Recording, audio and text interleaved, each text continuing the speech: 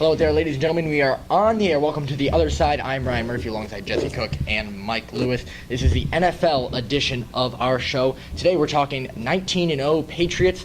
The Falcons bounce back, and at the tail end of the show, we got some predictions, so stick around for that. Let's lead off. An undefeated Patriots team, Jesse. Is that a legit possibility?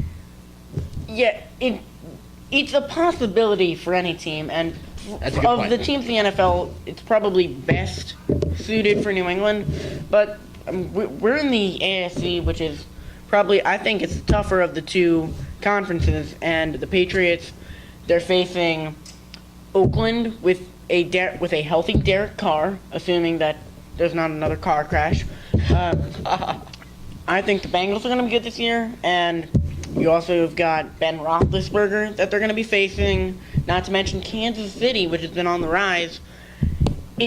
It's possible, but it doesn't seem feasible. It doesn't seem very probable. Julian Edelman was right to call it stupid. Mike? I mean, the NFL in any sport, any team can win on any given day, any team can lose on any given day. Right now, since it's their own 0-0 right now, they're nothing. With 19 games ahead of them to win, I don't think it's possible. Just because just the way things work, it was incredible that they went 18-1 in whatever year, 2007. Of course I knew that. I just wanted to whatever year, play it off. No, but There you go, Mike. yeah, no. So, if we're talking numbers, let's say percentages. If you guys had to give a percentage, Mike, what's the possibility of a undefeated? Obviously it's possible, but I don't think it's probable. I'm going to give 10%. 10%? Okay. You know, every game is 50-50. So I'm going to go with 50-50 because there's a possibility they could win every game. Every game could go their way. That's an interesting take. Now we're gonna pivot a little bit. The Patriots' opponent in the Super Bowl, Atlanta Falcons, bounce back. How are they going to enter the season? Are they going to be anywhere near as good as they were last year? I mean, Mike, they're gonna. thank you. Well, I mean, if you think it's like the mentality after the Super Bowl happened, they're gonna enter the season just like every other team enters the season with a fresh mind, with 2017 on the mind. That's the only thing they're thinking about. They're not thinking about what happened last year. They're thinking about what they're gonna do this year. So I think that's the really important thing. Is that they're just entering with a fresh new year. That's why you always see it goes, it's brand new. They're starting over. Does that propel them to a winning record? I think they're still gonna win a record. They're in a pretty weak division right now. That's true. Jesse, thoughts?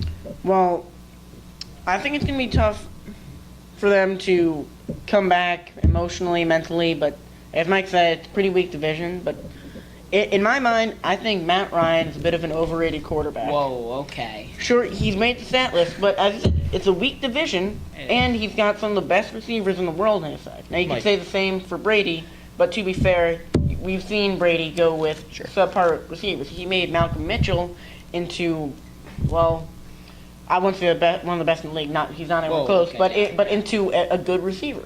A solid, on the Browns, a receiver that would start and be a star. You Yeah. you had a knee-jerk reaction to his Matt Ryan claim.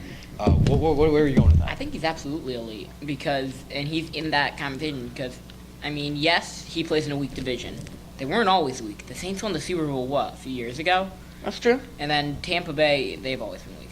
But There you go. the Panthers, they played really well 2 years ago, made it to the Super Bowl all the way. Cam Newton's been very good. Last year the division was weak. This year will probably be weak. But during Matt Ryan's tenure, it hasn't been necessarily weak. And that's only 8 games of the schedule. But what do you have to look at? Actually, 6 games. My math is wrong. Just quickly comment, Jesse, on that. Well, what you got to look at is those teams each made it 1 year, and now the year that those teams go down, Matt Ryan surges out. And the years that division was still meh, nothing really happened. So maybe Ryan is on the rise, and maybe he can be an elite quarterback, but I don't think right now he is. All right. Well, last part of the show. Predictions. Quickly, Jesse, who's coming out of the AFC, who's coming out of the NFC? Patriots in the Super Bowl. It's as easy as that. They might not go 19-0, but we've seen it year in and year out. The only time that they really miss is when Gostkowski misses an easy shot. All right. Mike? Well, I don't know what you're saying for the NFC. I'm saying Patriots-Giants. Patriots, Round 3. Giants? I think that this is, I think Patriots are definitely going to win it because I don't think any team will beat them in a huge stage like the playoffs. But again, anything can happen. But I feel like they're going to win it, but not go 19-0. Matt, just quickly weigh in. Yep, NFC, I think it's either Cowboys or Packers. Just wanted to get that. Forgot to mention it. Got All right. Aaron Rodgers and Dak. Well, thank you guys for tuning in. We'll wrap up the show for today. For Jesse Cook and Mike Lewis, I'm Ryan Murphy. Have a nice day, folks.